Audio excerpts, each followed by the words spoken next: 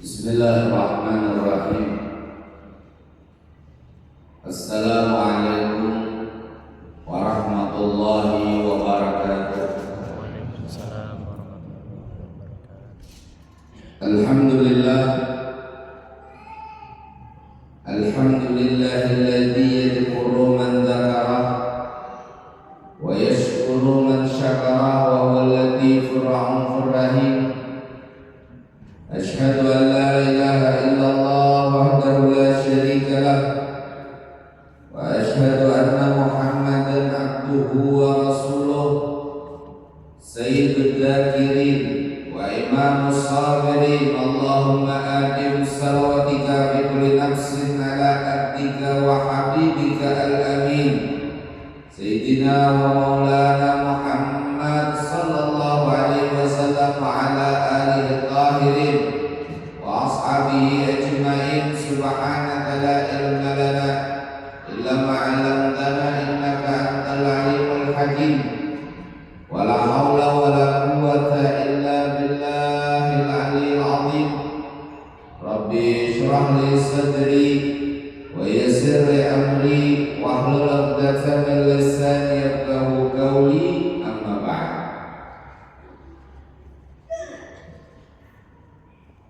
Alhamdulillah, puji syukur kehadirat Allah Subhanahu wa taala yang mana kembali mengumpulkan kita semua dalam kebaikan, mengumpulkan kita semua dalam keridhaan di tempat yang baik, di perkumpulan yang diridhoinya.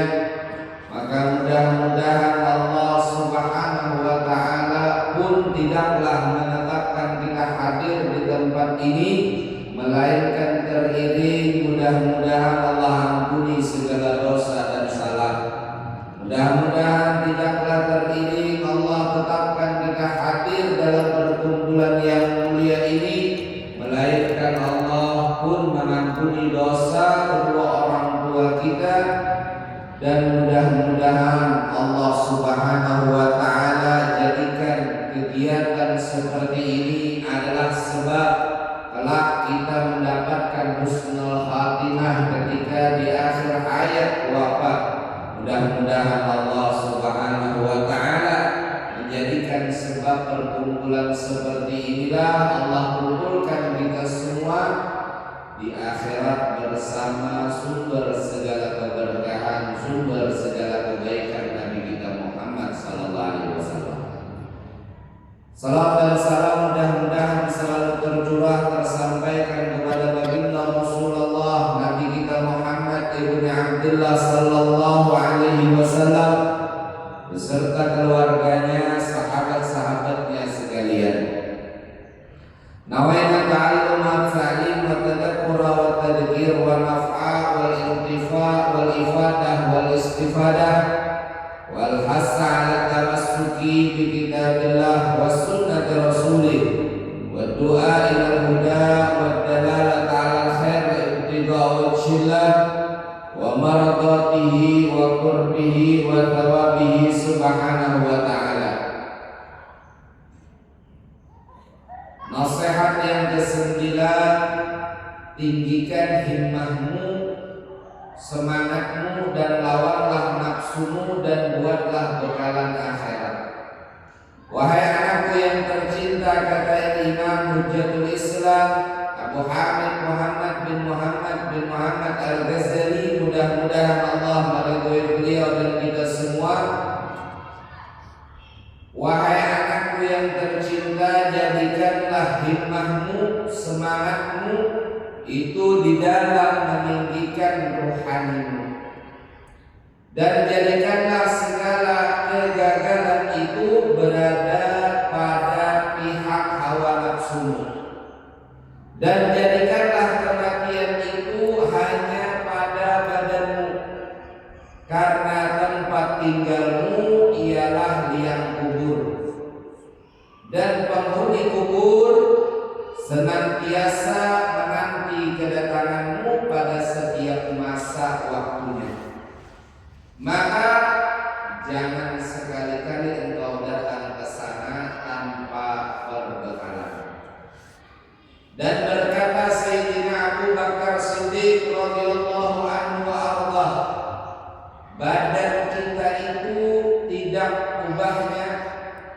seperti laksana sangkar burung ataupun kandang binatang, maka pikirkanlah baik-baik untuk dirimu dan tentukanlah pilihan bagi dirimu, yang mana satu di antara dua perumpamaan tadi, seperti sangkar burung atau seperti kandang binatang.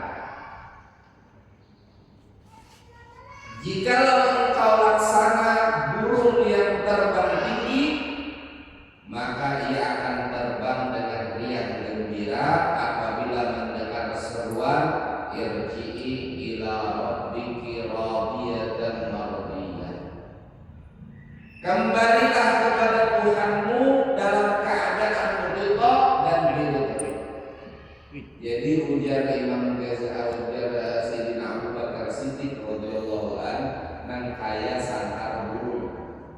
Burung itu hewan liar, hewan bebas. Ketika dimasukkan ke dalam sangkar burung, ke dalam kurungan, tertekan, tertahan, terpenjara. Ad-dunya sijnul mukmin. Dunia itu nan kaya penjara bagi orang mukmin. Kayak apa maka dikatakan seperti penjara, ujar Nabi? Karena ada aturan. Yang kadang-kala kita kadang-kala sakahandak hati kita. Ketika kita mengucapkan asyhadu an la ilaha illallah wa asyhadu anna Muhammadar Rasulullah mukallaf, maka bagi kita ada kewajiban-kewajiban aturan. Bilanya sampai waktu sembahyang zuhur, wajib sembahyang zuhur. Bilanya sampai waktu sembahyang asar, wajib sembahyang asar. Dan sembahyang zuhur tadi ada aturannya. Rakaatnya 4, gawiannya rakaat ini, lain sebagainya. Maka itu juga kita bilanya sampai kita akhir Ramadan, hari terakhir daripada bulan Ramadan, lalu malamnya adalah malam 1 Syawal, maka wajib bagi kita mengeluarkan zakat. Ini kewajibannya aturan. Nah makanya dunia itu seperti penjara bagi orang mukmin. Kita diatur, kita punya aturan. Makanya makhluk Allah Subhanahu wa Ta'ala itu macam-macam. Yang pertama, Allah ciptakan golongan binatang, yang mana binatang ini Allah bekali dengan nafsu. Maka jadilah binatang hanya memerlukan hawa nafsu. Jadi jangan heran kalau binatang itu berbeda aturan. Kenapa? Ini sesuai dengan aturan hawa nafsunya, adanya sesuai aturan akal. Hidup binatang itu sesuai dengan kehendak hatinya. Jadi bilanya hati hendak ada peduli. Oh ini aturannya sesuai apa kada? Oh ini aturan pas atau kada? Adalah binatang. Yang ketahui kan kucing. Pak, kada sudah terbuka kan?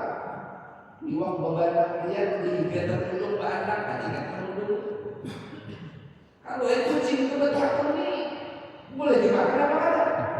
Ini geser pembukaan kah atau pelik? Ada kucing betul nama itu bilanya hatinya hendak ada kesempatan. Makanya orang bilanya ada sesuai aturan itu ngarannya memperlukan hawa nafsunya dan kaya dan binatang. Nah, orang yang golongan seperti ini kada bakalan bertambah keimanan, ini golongan binatang. Allah menciptakan pula golongan malaikat, yang mana malaikat ini al-yazdad imannya itu terus bertambah. Kenapa? Allah bekali akal tanpa nafsu. Kadang-kadang kisahnya, kadang-kadang ceritanya malaikat itu terjatuh kepada sesuatu yang dilarang oleh Allah. Kadang-kadang aturannya malaikat itu melanggar aturan. Yang ada malaikat itu apapun yang Allah perintahkan dikerjakan, apapun yang Allah suruhkan dilaksanakan. Ada yang sujud dari awal penciptaan sampai hari kiamat memang kerjanya sujud.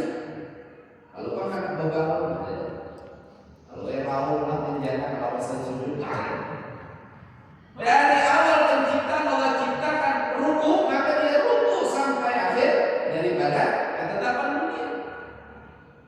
Terus menerus ada ceritanya makhluk Allah yang bernama malaikat ini yang hanya Allah bekali akal tanpa nafsu ini melakukan pelanggaran. Lalu Allah ada juga menciptakan makhluk yang namanya manusia. Allah bekali akal, Allah bekali nafsu. Ini komplek. Kenapa dikatakan komplek? Ketika dua hal ini ada, maka keimanan kita itu kadang bertambah, kadang menurun. Kalau kita memenangkan akal kita daripada hawa nafsu kita, maka jadilah seperti para anbiya yang imannya terus bertambah, bahkan lebih baik daripada para malaikat.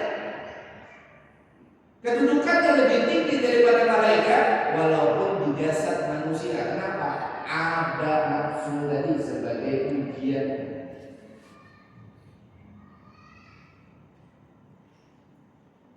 Tapi bukan ada mungkin kita itu sering kalah dengan nafsu, bukan akal memenangkan nafsu. Sehingga ya kadang kita terjatuh ke derajat seperti golongan binatang tadi, memperturutkan hawa nafsu. Bahkan kadang jatuh lebih rendah lagi, lebih buas lagi daripada binatang. Sebuas-buasnya sapi tak makan rumput. Sapi itulah sapi jalan dari orang tua. Bilanya sudah jadi jalan. Tetapi kalau melihat manusia ada tamunya. Tapi sejalan-jalannya sapi, sebuas-buasnya sapi tak makan rumput. Sebuas-buasnya kucing tak makan iwak. Tapi kalau sudah manusia jatuh ke derajat yang lebih rendah daripada binatang, itu bahkan bisa jadi lebih luas daripada binatang. Ya, mau makan aspal, makan semen, makan bensin, makan solar, ada di makanan itu ada korupsi maksudnya. Nah, ini kan sesuai aturan. Dunia sijnul. Dunia itu penjara bagi orang mukmin. Kenapa? Ada aturan. Nah, makanya diibaratkan seperti sangkar bulu. Kita ini dikekang, diatur. Tapi kalau sudah sampai masanya, irji'i ila rabbika radiyatan mardiyah. Kapan kita dibebaskan? Kapan kita? Apabila napas yang terakhir keluar daripada roh kita telah berangkat menuju Allah Subhanahu wa taala, lalu kita mendengar irji'i ila rabbika radiyatan mardiyah. Kembali kepada Tuhanmu. Kayak apa kembali kepada Tuhan dalam keadaan ridho dan diridhoi? Kita itu jadikan dunia ini kayak sangkar, kayak penjara. Kita hidup sesuai aturan Allah Ta'ala, kita jalankan kehidupan sesuai dengan aturan yang diaturkan oleh Allah Ta'ala. Sehingga ya ketika kita melewati itu semua, kita lolos ujian tadi, kita selesai dengan aturan tadi, kembali kepada Allah Subhanahu wa taala, irji'i ila rabbika radiyatan mardiyah. Kembalilah engkau kepada Tuhanmu dalam keadaan ridho dan diridhoi. Nah, kayak apa caranya diridho dan diridhoi? Tanda ridho dan diridhoi berarti kita itu harus sesuai dengan apa yang Allah perintahkan. Wa ma khalaqtul jinna wal insa illa liya'budun. Kita kalahkan hawa nafsu kita. Kenapa? Karena kita hendak kembali kepada Allah dalam keadaan diri. Engkau akan terus terbang tinggi, kata Sayyidina Abu Bakar Siddiq, sehingga engkau akan hinggap di puncak pohon-pohon surga yang tinggi. Ini seperti sabda Rasulullah SAW ketika Sayyidina Sa'ad bin Mu'az meninggal dunia. Ihtazza arsyur rahman min mauti Sa'ad bin Mu'az. Bergoncang, kata baginda Rasul, telah bergoncang arsy-Nya Allah ketika kematian Sa'ad bin Mu'az karena kegembiraannya. Burung itu asalnya terbang bebas, dia tangkap. iya betul. Semakin dikurung dari semakin berisik. Oh, berarti kicau. Ada yang akan minta lapasan. Asalnya orang itu bebas. Dibuat dalam kurungan. Kan jadi nyaman. Maka ketika ingat bebas, ya kurung dari bawah. Terabang bahasa kawan hari. Kenapa itu? Bebas daripada segala. Makanya kalau kita hendak bebas sesuai kehendak hati kita, ya mati. Kalau kita hendak aturan lagi di dunia ini, kalau kita hendak atur lagi di dunia ini, ya mati. Selama kita mengucapkan asyhadu an la ilaha illallah wa asyhadu anna muhammadar rasulullah, ini hari-hari seperti ini wajib kita puasa. Mukallaf balik berakal, orang Islam balik berakal, maka wajib puasa. Itu aturan karena ulun kata puasa apa sebab? Sedangkan dia adalah seorang muslim, balik sudah berakal, kenapa ada puasa? Oh, ulun ada dari. Ini kan ada uzurnya, keuzurannya ada. Nah ini aturan kan? Ada aturan. Makanya dunia sini wajannatul kafir, amunnya kada hendak aturan berarti kita bukan bagian daripada orang-orang yang beriman kepada Allah Subhanahu wa taala. Nanti diatur. Nah, orang-orang yang diatur seperti ini hidup sesuai aturan, mengalahkan hawa nafsu, maka mereka akan keluar dari dunia ini seperti laksana burung yang lepas dari sarangnya. Ini namanya itu orang burung dalam orang burung. Kalau ditaati bini harus berjalan. Bini mana hati kasih ini ada budi, kasih itu ada budi, kasih itu ada budi. Sekali mau keluar ini ada panahan bahaya. Yang namanya orang burung ya. Nah, itu ibaratnya seperti sangkar burung kata Sayyidina Abu Bakar. Dan mudah-mudahan Allah Subhanahu wa taala melindungi engkau daripada menjadi laksana binatang ternak seperti firman Allah Subhanahu wa taala, ulaika kal an'ami bal hum adall. Mereka itu laksana binatang bahkan lebih sesat. Maka tidak mustahil bahwa engkau berpindah dari alam dunia ini ke dalam jurang api neraka. Paham biar binatang ternak. Ada nanti ikan ayam potong di sini. Ayam itu kita potong ayam. Bibitnya itu lama kayak gandum. Bilanya dia menumpang bibit itu, kira-kira keadaan di lapas kan? Niatan atau jaga sembari gini. Ini kan ada lain, ada tujuan bukan sebetulnya ya orang minuman ayam ternak itu tujuan akhirnya untuk disembelih. Mau biar menyembelih, mau berkurang yang menyembelih, tetapi tetap tujuan asalnya ayam potong itu karena aja ayam potong, biasanya potong. Nah, mulai lagi harus kayak gandam. Beri makan sampai waktunya. Ini dikeluarkan. Di lapas kira-kira macam di lapas kemana kita? Dibuat tulang-tulang dalam motor. Sampai ke dalam motor, sampai ke motor. Artinya berpindah dari satu tempat ke tempat yang lain itu bukan untuk kebebasan, melainkan siksaan.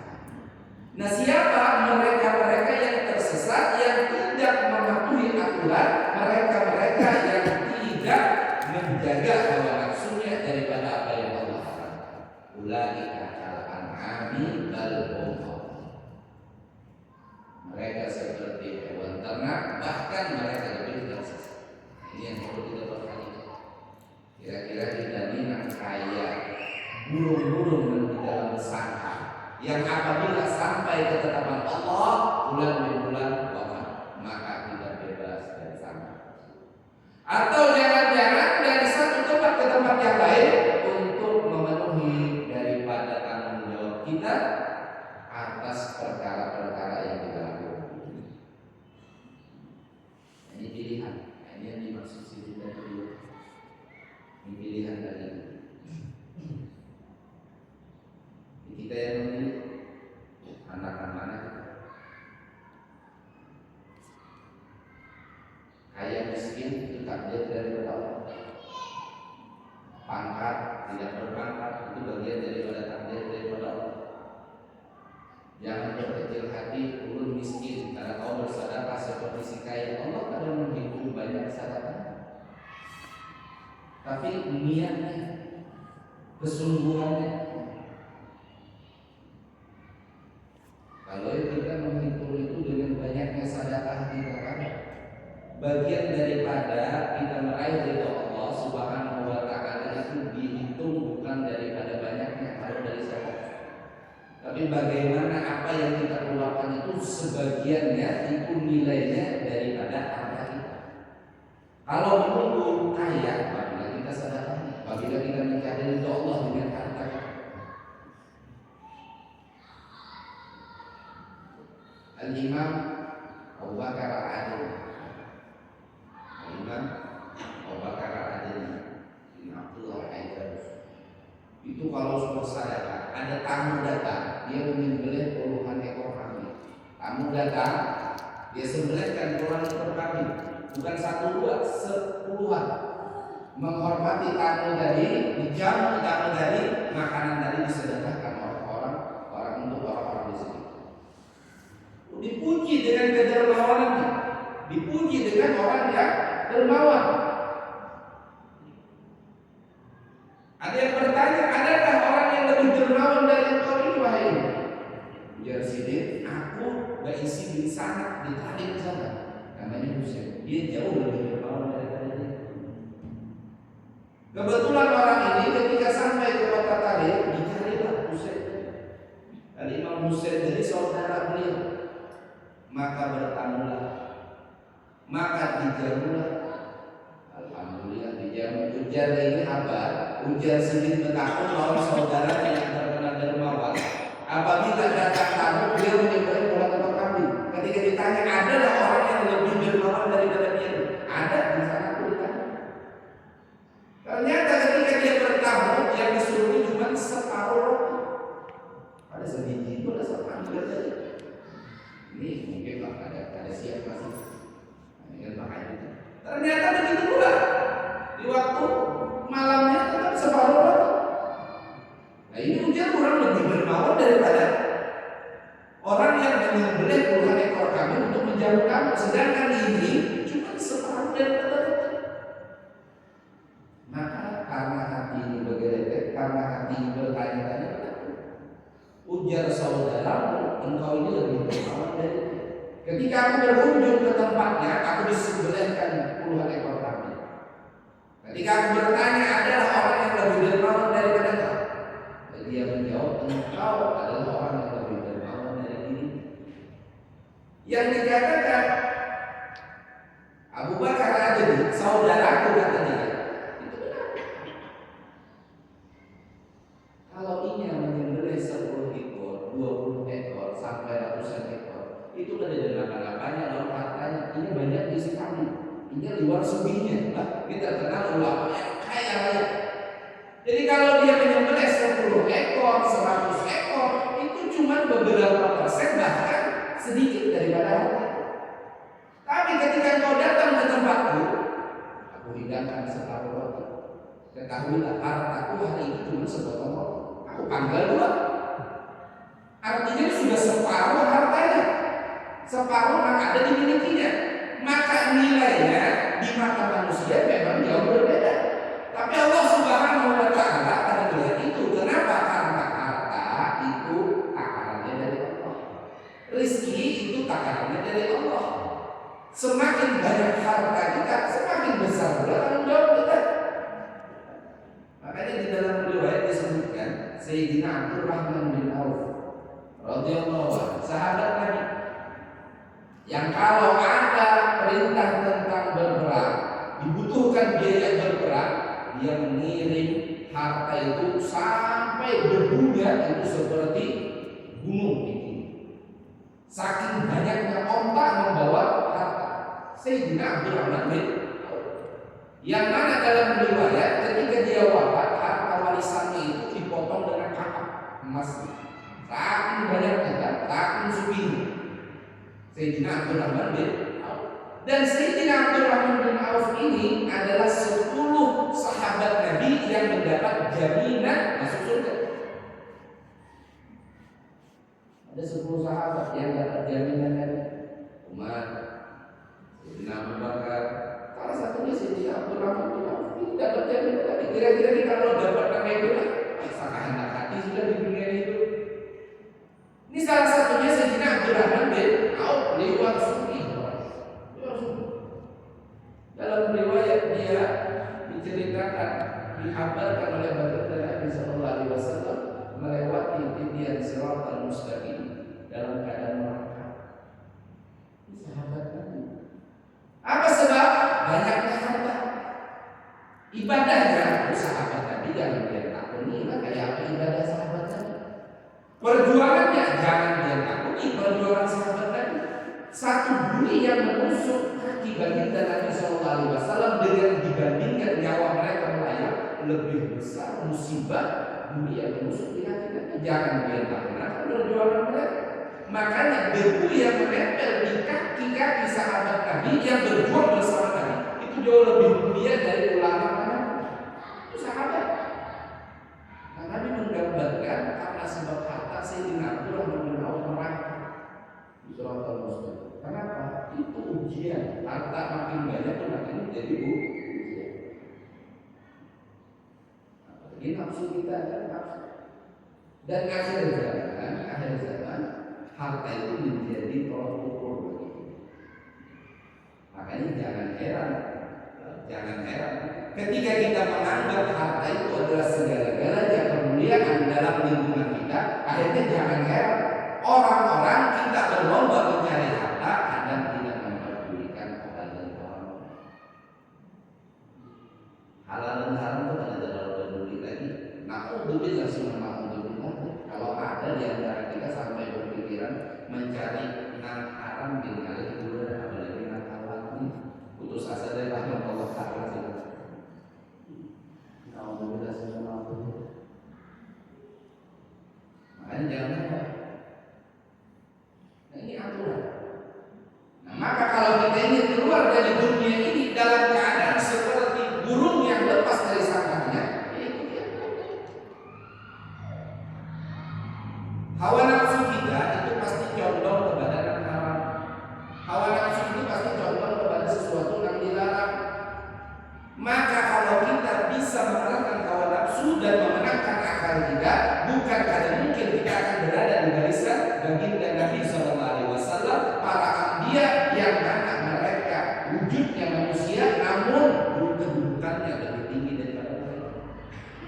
Tapi kalau akal kita sering kalah daripada nafsu kita, maka bukan tidak mungkin kita akan terjatuh kepada para binatang-binatang bahkan lebih luas dari binatang.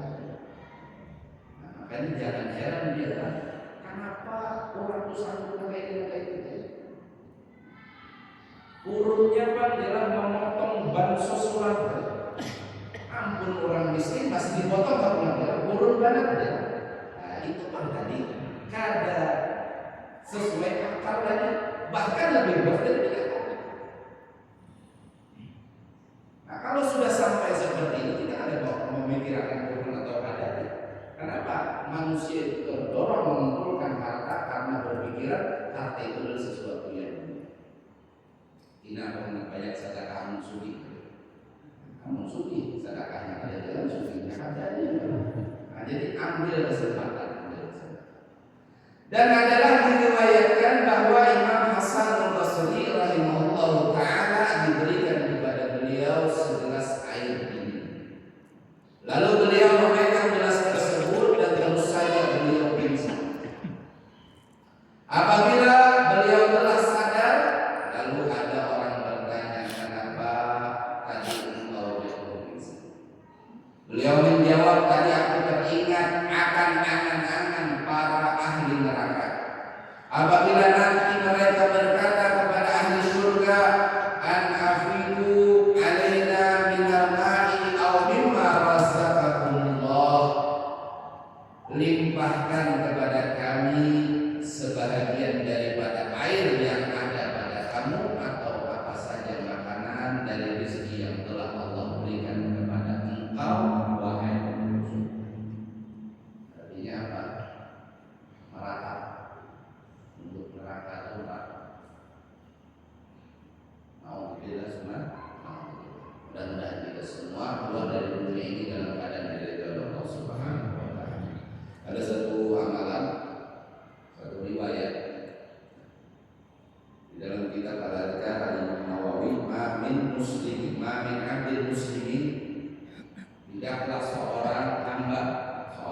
Muslim, kata baginda Rasul sallallahu alaihi wasallam, hina yusbih wa hina yumsi, ketika pagi dan ketika sore, membaca 3 kali raditu billahi rabba wa bil islami dina wa bi Muhammadin sallallahu alaihi wasallam nabiyya atau nabiyyan wa rasulah, illa kana haqqan 'ala Allah ayyudiyahu yaumal qiyamah. Kecuali orang ini akan mendapatkan jaminan di ridha Allah Subhanahu wa taala. Ada amalan suci ini lebih daripada amalan suci kan. Yang suci belum tentu keluar dari dunia dari ridha Allah. Yang berpangkat belum tentu keluar dari dunia dari ridha Allah. Tapi kalau orang diridhoi Allah Subhanahu wa taala ketika dia wafat, yarji ila rabbika radiyatan mardiyah, ini lebih baik daripada apapun yang saat ini dia dibanggakan, yang saat ini dia dibanggakan. Karena harapan hidup itu yaitu wafat dalam keadaan iman dan diridhoi Allah Subhanahu wa taala. Maka kata baginda Nabi, barang siapa yang mengamalkan ini ketika pagi hari 3 kali, ketika sore hari 3 kali, raditu billahi rabba wa bil islami dina wa bi Muhammadin nabiyyan wa rasulah, atau sampai nabiyyan, maka dia akan wafat, dia akan keluar dari dunia di hari kiamat dalam keadaan ridha. Raditu billah. Ini kita kalau betul-betul kita hayati, kita ridha. Apa nama Allah limpahkan kepada kita karena Allah mulia itu. Ada menuju hati kita selamat. Hati selamat itu yaitu tidak ada ikhtilaf. Al-afiyah, selamat anillah, selamat selamatul qalb, selamatnya hati daripada ikhtilaf, daripada mengkomplain atas Allah Subhanahu wa taala. Kadang dibalik ujian, kadang kita tuh menurut aku sabar aja, cuma hati kita kadang tidak sabar. Nah, orang yang afiat, hatinya selamat itu walaupun kadang badannya ada afiat, tapi hati afiat. Ini yang sebenarnya. Berapa banyak di antara kita yang hatinya ada selamat, hatinya ada afiat, tapi badannya sehat. Ini bukan seperti itu, tapi mereka yang afiat itu hatinya selamat. Diberi sakit, ada yang memberi tolong. Diberi sehat, pun ada. Diberi rezeki, ada yang memberi tolong. Diberi rezeki sedikit pun ada komplain Allah. Ini lebih kemudian. Aku ridho dengan ya Allah sebagai Tuhan. Apapun yang Allah tetapkan, mau itu musibah, mau itu pemberian, kalau sudah ridho, orang seperti ini kan. Makanya Nabi itu diberi gelar-gelaran yang paling tinggi bagi Nabi itu hamba. Karena seorang hamba itu tidak akan mempertanyakan apapun yang diberikan oleh Tuhan. Dia tidak akan komplain dengan kata apapun yang diberikan oleh Tuhannya. Mau itu sesuatu yang manis ataupun sesuatu yang pahit. Ada seorang budak disuruh tuannya untuk mengupas timun, memotong timun. Ketika timun tersebut dihidangkan, tuannya mencicipi satu timun, makan sedikit di lungkap kebetulan terpotong lalu masih akan pahit. Ujar si tuan, ujar si majikan, makan habisan timun sepiring itu makan habisan. Kenapa? Majikan yang tadinya menyuruh si budak. Ketika si budak memakan, dia merasakan getir pahit. Tapi karena ini perintah, maka dia terus habiskan sampai semuanya tidak tersisa. Maka bertanya si tuan, apakah kau tidak merasa baik? Aku merasa. Namun kenapa kau habiskan? Karena ini perintah. Apakah itu nyaman? Itu enak? Kata si budak, aku sudah sering kau berikan yang nyaman. Ketika kau berikan sesuatu yang pahit, satu doang.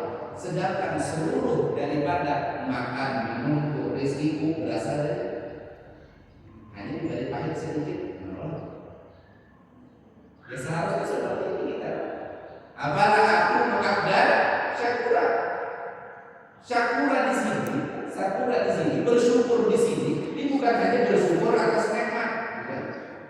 Tapi apapun yang Allah timpakan atas ujian, cobaan, maka dia tetap bersyukur. Sakitnya seseorang itu adalah memanggil Allah Subhanahu wa Ta'ala agar dekat kepada. Amunnya kadang kita tidak tahunya apa. Ya kalinya tidur kepala tadi. Tapi bila sudah Allah beri garing, berpanggil boleh Allah. Ada orang tua bila menggetar tadi bunyinya Allah. Artinya apa? Diberi garing dulu agar kembali kepada Allah. Artinya sakitnya seseorang itu panggilan daripada Allah. Nah seorang hamba ketika melihat itu Wabil Islam ini itu dengan Islam kayak apa? Kita jaga aturan-aturan dari uyuhnya semuanya, uyuhnya puasa. Nah ini bagian daripada keislaman kita. Kita ada perlu mengeluh karena ini adalah aturan kita. Kalau sampai waktunya puasa kita puasa, kenapa biar puasa? Ini bagian daripada keislaman kita karena kita ridho menjadi seorang Islam. Makanya Sayyidatuna Rabi'atul Adawi itu beliau berkata, aku tidak peduli mau Allah letakkan di surga atau neraka, karena tujuanku adalah ibadah kepada Allah.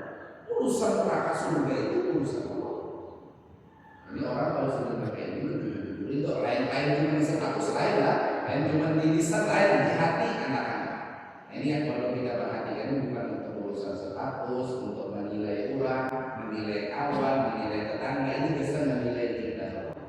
Nah ilmu yang bermanfaat itu adalah ilmu yang menambah rasa takut kita. Ilmu yang makin kita melihat, kita belajar, oh ini aib kita. Nah tujuan kita berbicara hari ini agar kita semua menjadi pengingat, bukan untuk orang pengingat. Nah ini ilmu manfaat.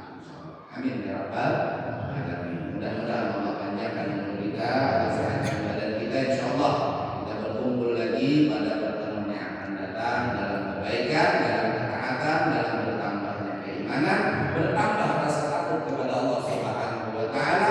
Mudah-mudahan Allah beri kekuatan kepada kita semua, kemudahan untuk kita semua menjalani kehidupan dunia ini sesuai dengan apa yang Allah aturkan, perintahkan. Maka mudah-mudahan Allah menjagakan kita pula daripada kita terjatuh kepada hal-hal yang Allah murkai. Amin ya rabbal alamin. Mudah-mudahan Allah ridha kepada kita sebagaimana kita memulai keridhaan kita kepada Allah Subhanahu wa Ta'ala. Mudah-mudahan kita sempurna dalam mengikuti baginda Rasul sallallahu alaihi wasallam. Ala hadhihi niyyah biniyatin salihah wa ila hadratin Nabi Muhammad sallallahu alaihi wasallam.